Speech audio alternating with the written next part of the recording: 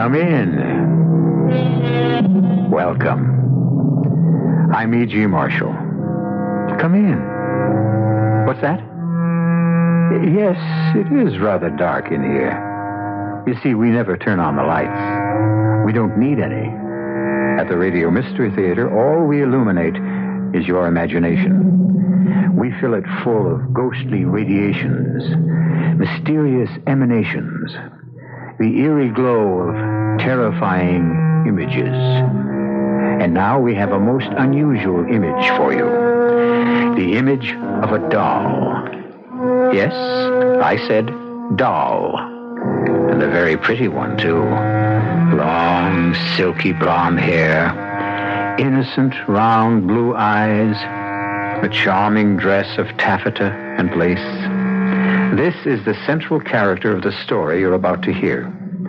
Of course, you're asking, what makes a doll an image of fear and horror? You've got to find it, Jimmy. You've got to get that doll away from him. Okay, honey, okay. Give us a little time. I don't have any time. If something happens to that doll, I'll die.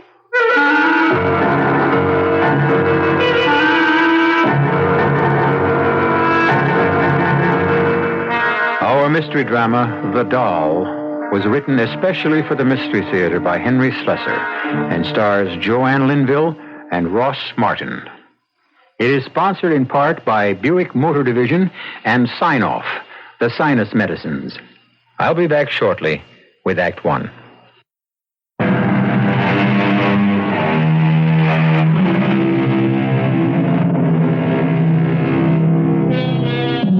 Our story begins in the classroom of a small coeducational university. Not a very unusual setting.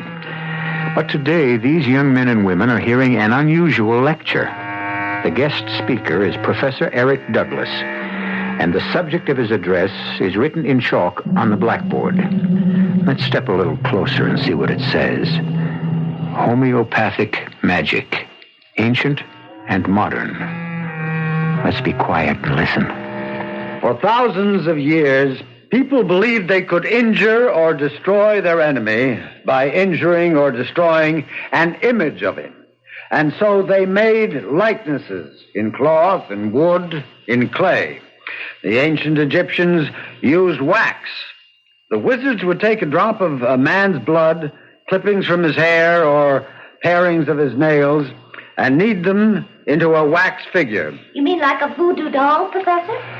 Voodoo belongs to the modern era, but the idea is exactly the same.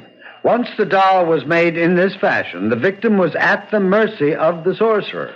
So, you see, the doll is really man's oldest toy and perhaps his deadliest.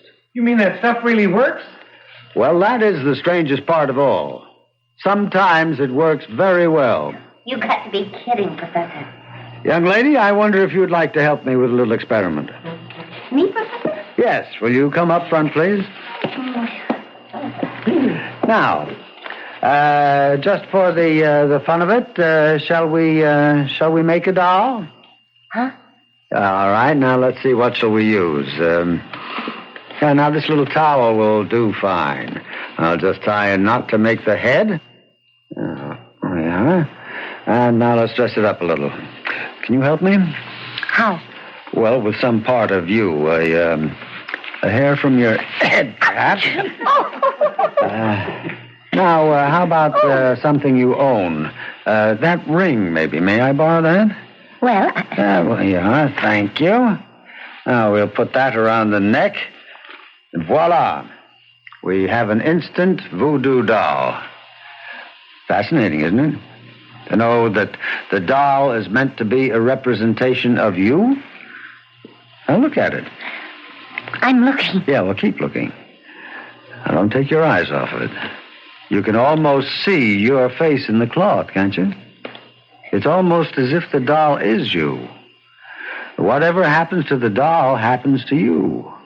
You, the doll. You, the doll, sharing one body between you. One life, one destiny. I still think it's silly. All right. And let's see what happens when I take this letter knife. What are you going to do? Nothing. I'm merely going to plunge this knife into a meaningless piece of cloth. No, don't!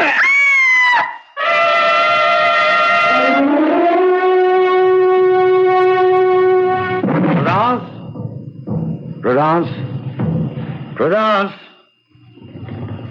You called me, Professor?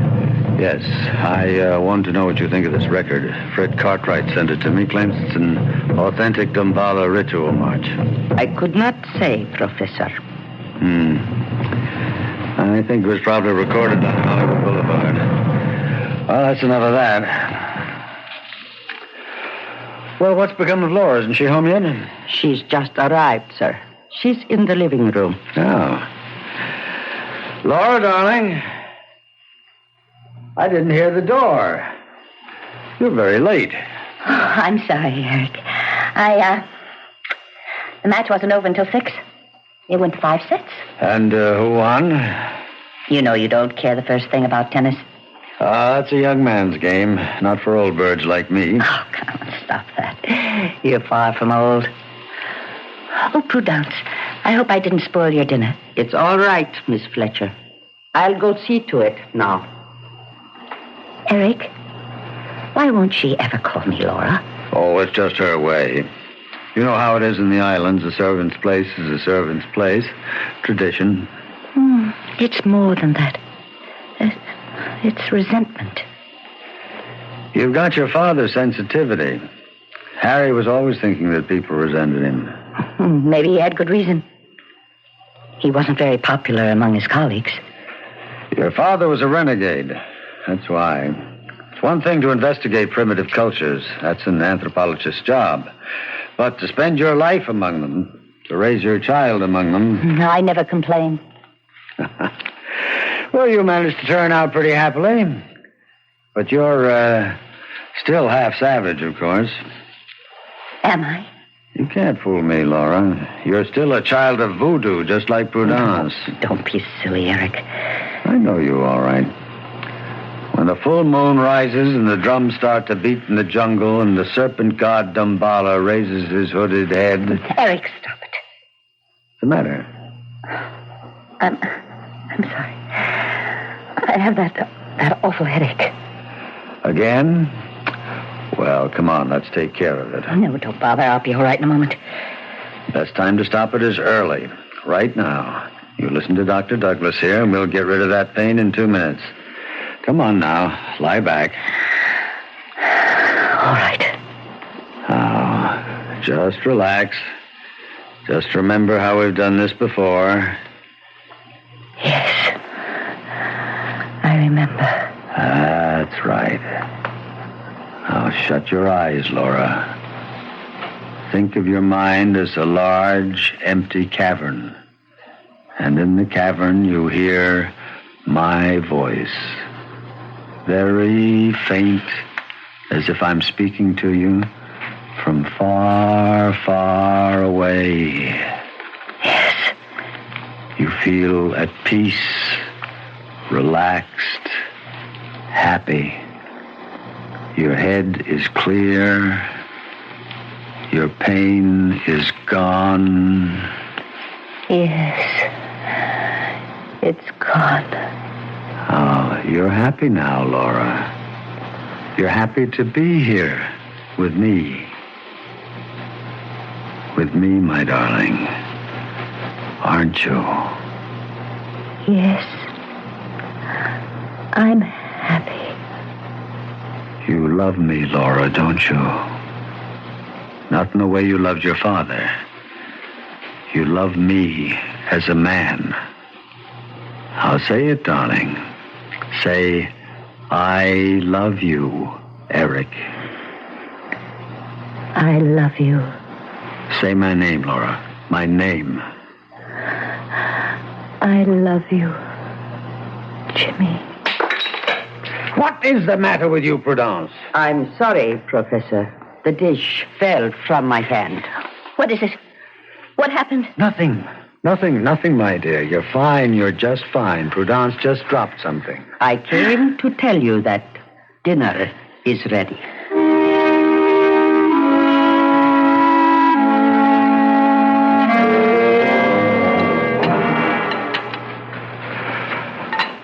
So you had a good tennis game, did you? Was it mixed doubles? It was, as a matter of fact. Oh, who was your partner? Not someone named Jimmy by any chance? Why, yes. How did you know? Oh, well, no mystery. You spoke his name while you were hypnotized. Who is Jimmy? Well, his full name is Jimmy Collins. You known him long? About 3 months. 3 months? Well, you've never mentioned him before. Oh, I'm sure I did. I had left for you to meet him, Eric. I'm sure you two would get along. What's he do for a living besides mixed doubles? He's in Wall Street. Well. Maybe you started choosing your friends more carefully, darling. I'm glad to see that. But, just the same. Eric, I wish you would stop talking to me like a scolding father. I am not your father. I was talking to you as a friend. I'm sorry. Do you wish dessert now, Professor? No. No, Prudence, no dessert. Gotta stay in trim. Who knows? I might take up tennis yet. Laura, I tell you what. Why don't you bring this Jimmy around? I'd love to meet him.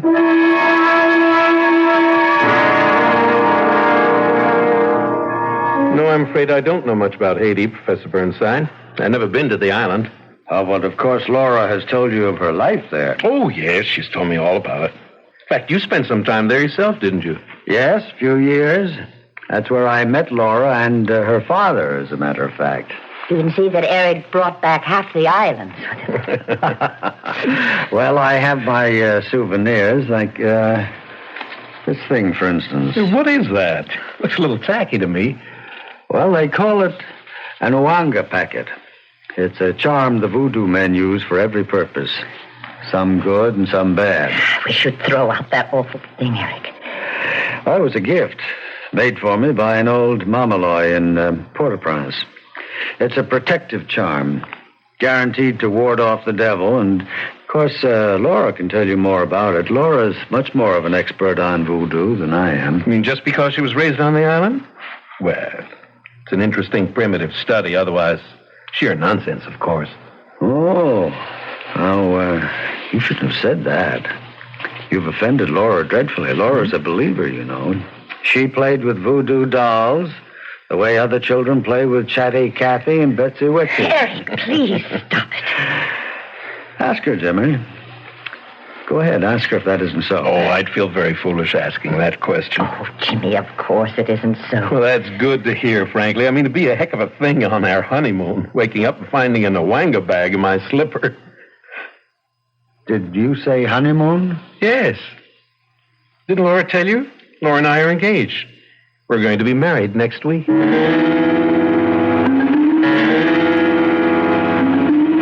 Professor. What do you want? It's late, Professor. After midnight. Leave me alone, Prudence. Go to bed. There is no chain strong enough to hold her. What'd you say? The girl is not of your blood. Why do you struggle to keep her? Prudence, I can't lose her. You hear me? If I lose Laura, I'd die. No, Professor. Oh, you've got to help me. If you want me to live, you've got to help me. There is nothing anyone can do. There is something that you can do. What is that? I've been thinking about it all night.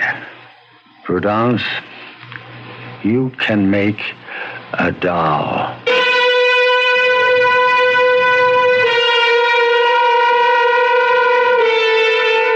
Well, what have we here? A four-sided triangle? Professor Eric Burnside, young Laura Fletcher, Jimmy Collins, a servant named Prudence. Or is this going to turn out to be a five-sided triangle with the fifth member of the equation, a doll? We'll find out what Prudence can do to help the professor in his emotional dilemma when I return shortly with Act 2.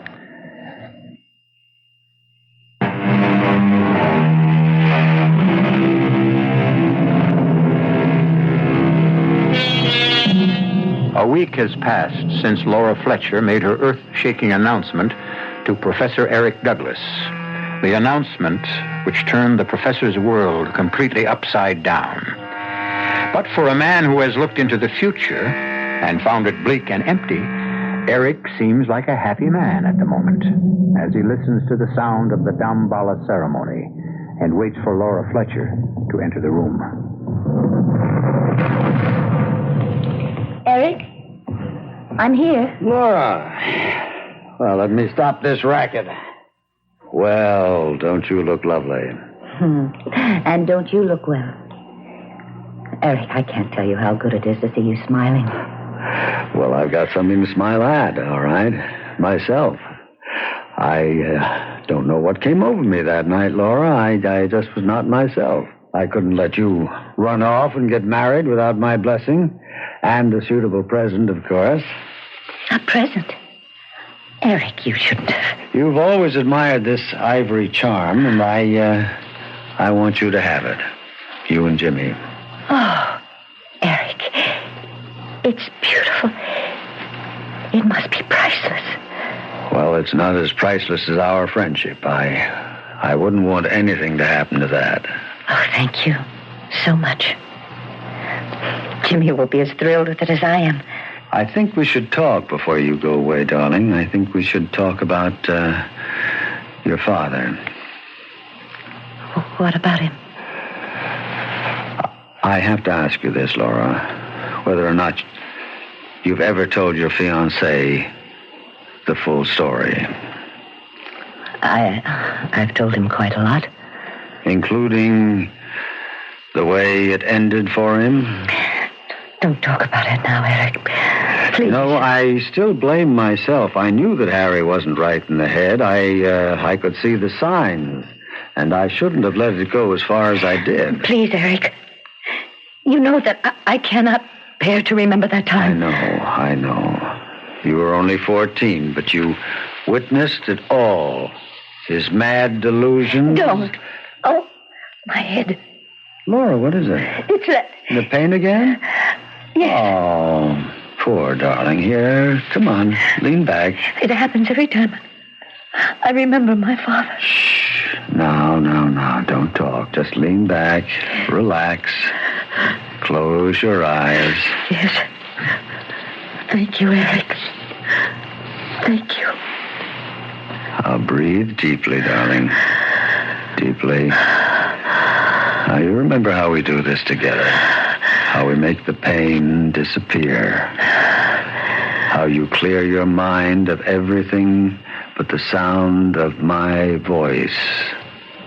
Yes. You can't hear anything but me now, Laura. Just my voice echoing in your mind.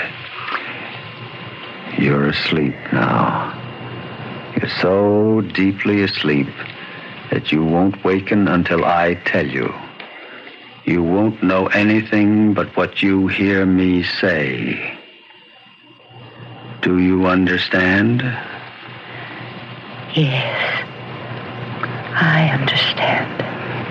That's it, my darling. Deep, deep, deep. Prudence? Prudence!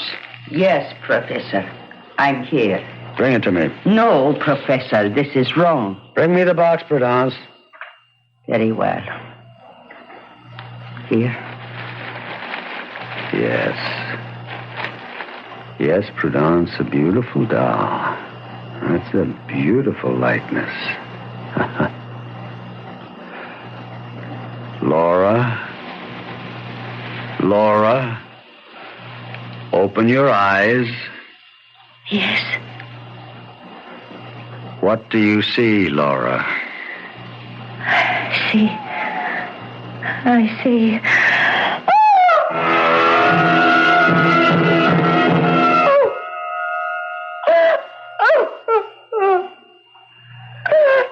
There, darling. There. It's all right. Don't cry anymore. What happened? What happened to me? Nothing at all. You were asleep and you had a bad dream. Asleep? Yes. You had one of your headaches, do you remember? And I put you under hypnosis, and then I decided to let you sleep it off. You seem so tired. I feel so strange. I know. The truth is, well, I'm not sure that you're well. What do you mean? When do you and Jimmy plan to get married? This weekend? I can't help wondering if that's wise. What do you mean?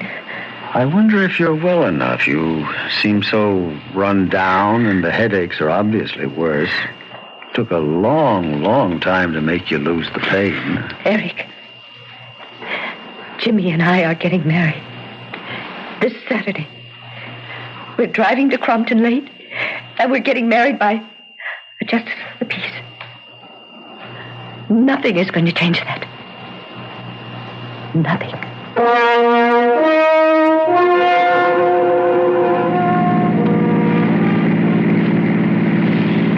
You sure you feel okay, Laura?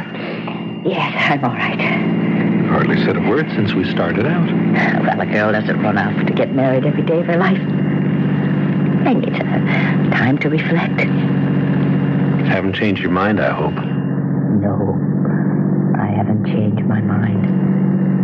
Well, then what's that cold sweat all about? It's not another one of your headaches, is it? No, it's just nerves. It's bridal jitters. You know, maybe if you didn't drive so fast. I can't help it. I'm in a hurry.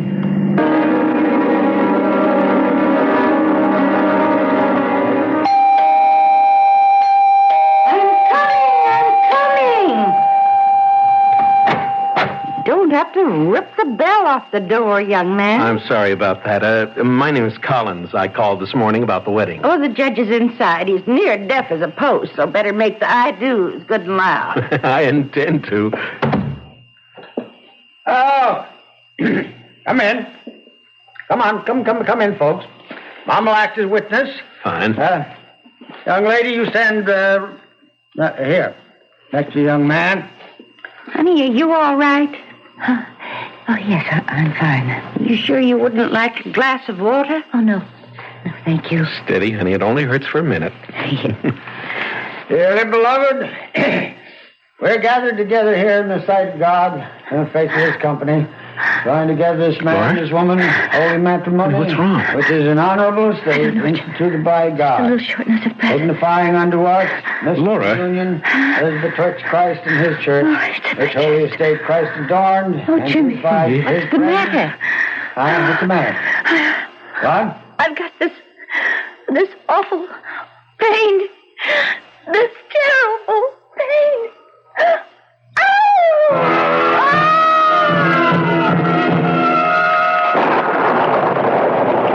It's raining. Oh, Jimmy. I'm so Oh, sorry. honey, now come on. Don't be sorry. Just take it easy, that's all. That's what the doctor said. I do feel better now. Much better. Oh, who would have thought the day'd turn out like this? Stuck in a cheap motel across the street from the Justice of the Peace. We're not even married yet. It'd be deliciously sinful if it weren't for this miserable room. Jimmy. What is it? Oh, God. Jimmy. Help me. What's the matter, honey? Is the pain again? No, it's something else. Jimmy, I have to get up. Oh, come on, I have stay to in get bed, up. darling. You heard the doctor. I have to move. Laura! Jimmy! Oh, Jimmy! Lord, you hit the wall! I can't stop myself. Oh, Laura, stop! Hold me, Jimmy, hold me. I can't stop Come on, myself. darling, don't bite me! Don't bite me! Stop! Bring yourself around this way. Oh, I can't help it. I can't. I have to move. Look out for the table! What's happening to me? I have to get control of myself. I don't Laura. belong to myself anymore. Laura!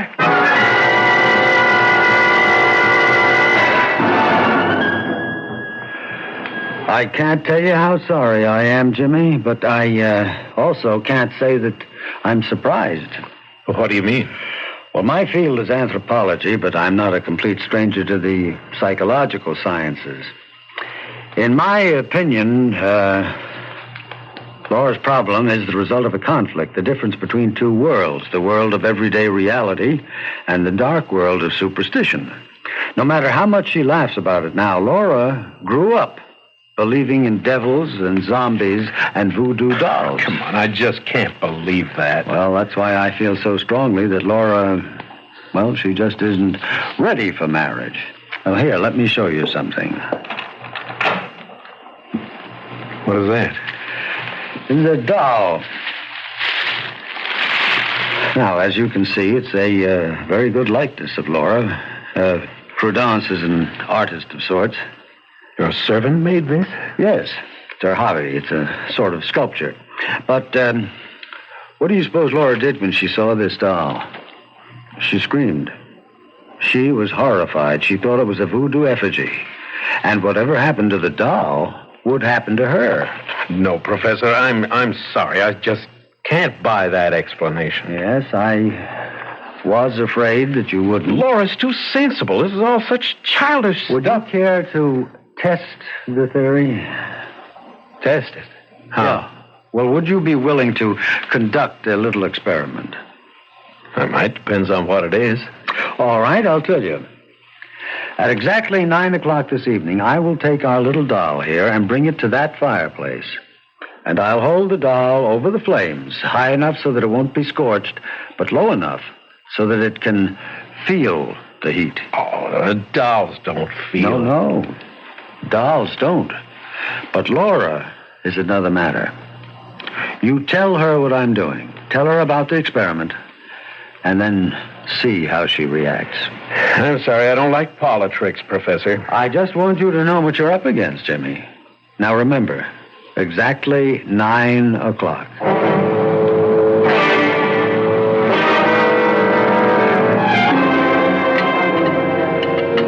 I don't understand you sometimes, Jimmy. I mean, I know you saw Eric. You told me you were going to. All right, I saw him. And?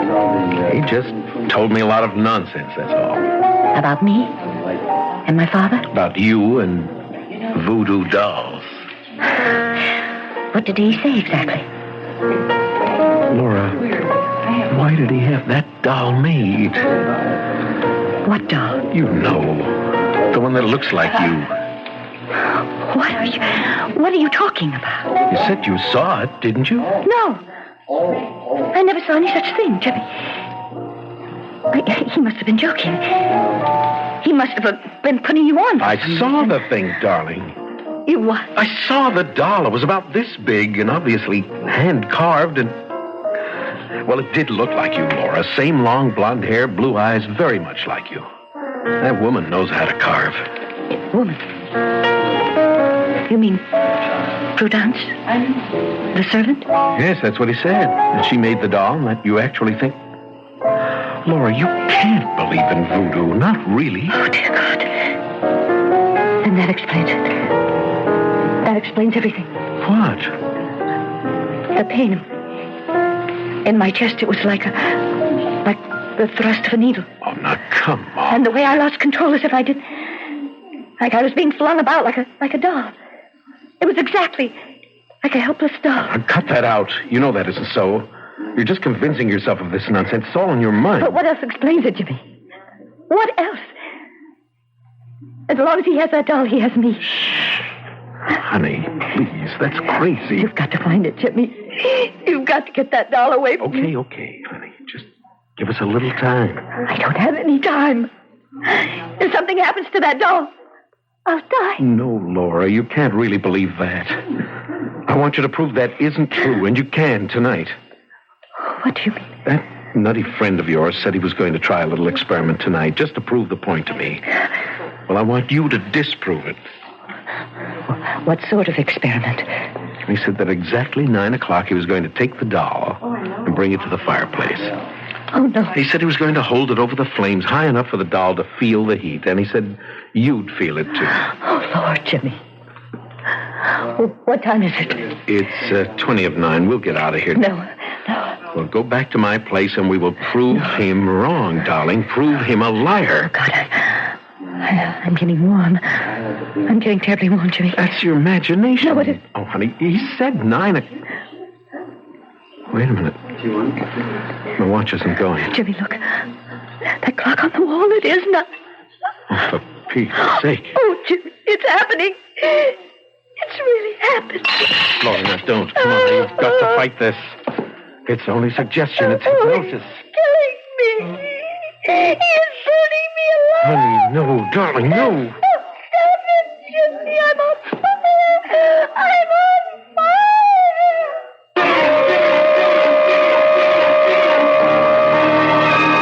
Yes, the mind is a powerful weapon. And when it's turned against ourselves, it's the most dangerous weapon on earth. Can Laura Fletcher find a way to stop her own mind from tormenting her and possibly ending her life? At least she isn't alone in the struggle. We'll find out what Laura and Jimmy can do about the deadly doll that menaces her when I return shortly with Act 3.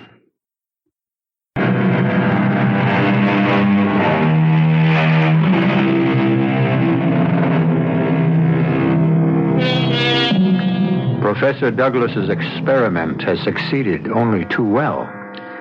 And it's also succeeded in convincing Jimmy Collins that something has to be done to save the sanity and even the life of the woman he loves. And that the best place to be in would be the home of Eric Douglas, his servant Prudence, and the doll itself. Oh. Hello, Miss Fletcher. Hello, Prudence. Is Professor Douglas home? No, miss. He's gone. Gone where? On a lecture tour. He took the early morning train not half an hour ago. When do you expect him back? Not for days, he said. Prudence, I have to talk to you. Please let us in. Yes, miss. Prudence, when my fiancé was here the other day, the professor showed him a doll. A doll, miss? He said you made it. I made no doll, miss. I saw it, Prudence. It was in a black cardboard box about this big. And he took it out of this break front here. I know nothing of a doll, sir. All right. Suppose we look for ourselves. Please, sir. Jimmy, is it there? Oh, it's empty. Please. I cannot allow this. All right, where's the doll, Prudence? I don't know. Please, you have to help me, Prudence. You don't know what he's doing with that doll. He's making voodoo magic with it. Do you understand? I am a Christian, Miss Fletcher. You know what I'm talking about. He's putting a spell on me, Prudence. He's using that doll you made to make me do his bidding.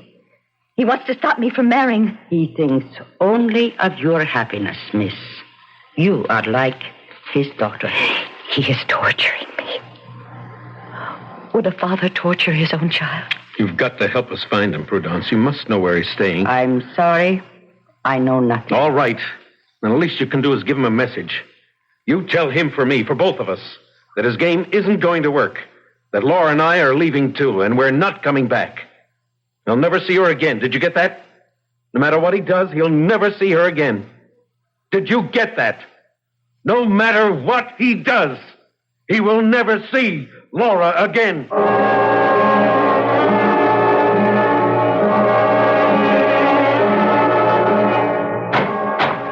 Prudence? Prudence? Where are you? Here, Professor. Did you have a good tour? Yes. No. I don't remember. It was endless. Seems like far more than 3 days. They were here, Professor. Who? Miss Fletcher and her young man. They came to see you and to find the doll. You didn't let them? No. It is still hidden. Good. The girl says you are torturing her. Only for her own good, Prudence. I swear that. This man Collins is wrong for her, and I had to prevent the marriage. Why, Professor? Because her father asked me to watch over her, to protect her. That's why I asked you to make the doll, so that I could trick her into believing that I had some control over her. Nothing else would have worked. It was not a trick. Of course it was, Prudence. No, Professor. The doll was made because Damballa commands. With her image, her hair, a drop of her blood. Now the girl and the doll have become sharers of the same soul. Prudence, you're slipping back into the jungle. Doll has no powers. Laura reacted only to suggestion. The doll is her. She is the doll. Only the sorcerer can break the spell. I'm tired, Prudence. I can't cope with mumbo-jumbo tonight. Professor, lift the spell from the doll. Oh, for heaven's sake, there is no such thing, Prudence. Call the girl. Tell her I will ask Dambala Uida to unchain her spirit from the doll. No, I will not do anything of the kind. Why? Because you don't want her to marry? That's right. Because you want her for yourself? What kind of talk is that? I'm more than twice her age. But you still want her. I have eyes. I have ears. I will call the girl. I will tell her that the doll is here. And that you will lift the spell from it. Stop that. Put that phone down. Now, you stay out of this, you hear me? I made the doll for you. Now I will unmake its evil. I told you to put that phone down. Sean. Here, now stop. You're scratching my face. Look what you've done, you witch. You've drawn blood. I'm sorry. I did not mean... You have meddled enough in my life. Now get out of here. I don't want to see your ugly face again. I want you out of here by tomorrow morning. Do you hear me? Yes, Professor. I heard you.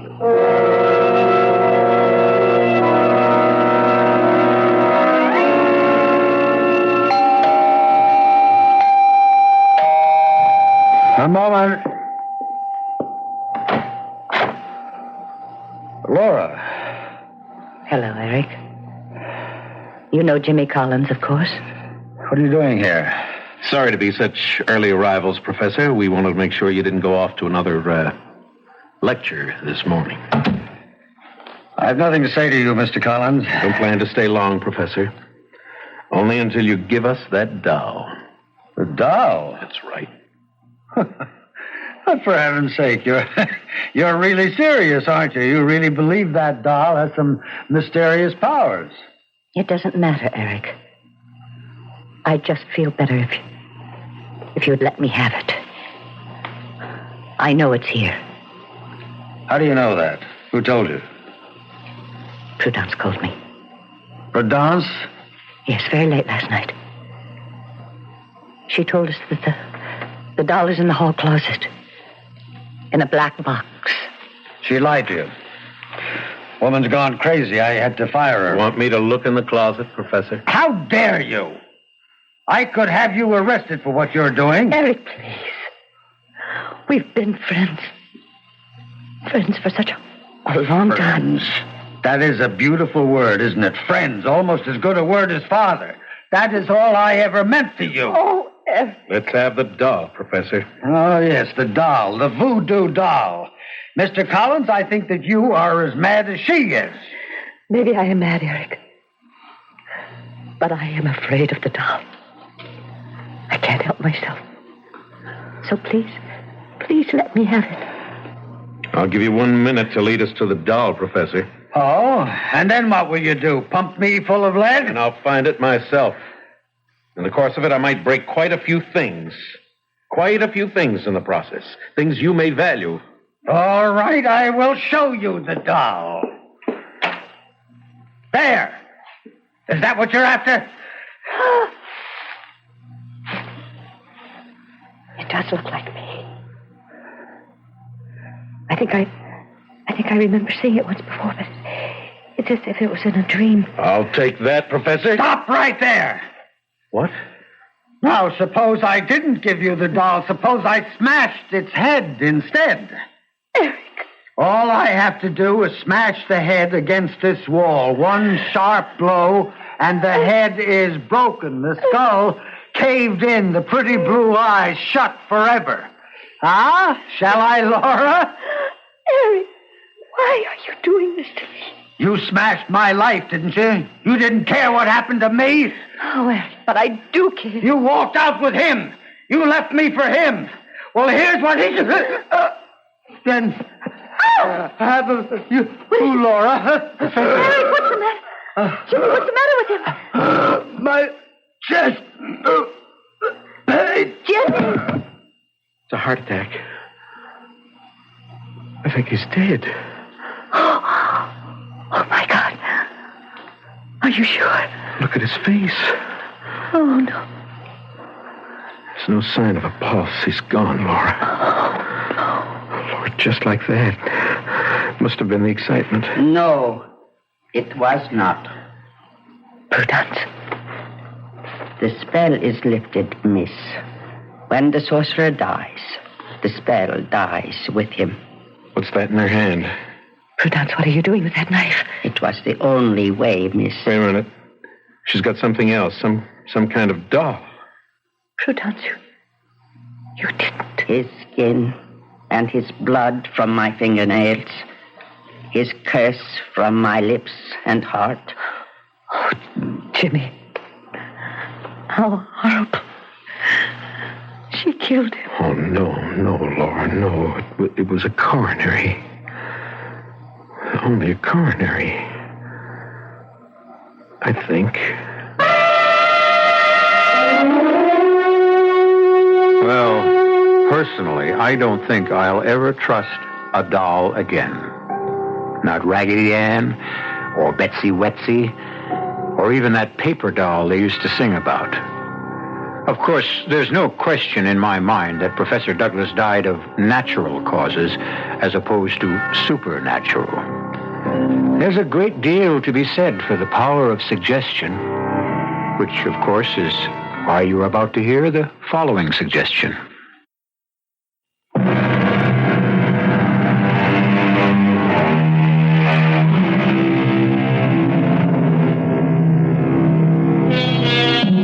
We hope that the story you just heard hasn't given you any ideas, that you're not all rushing out to the local toy store to buy up their supply of dolls in order to try some grisly experiments on your least loved ones. Take our word for it. It doesn't really work.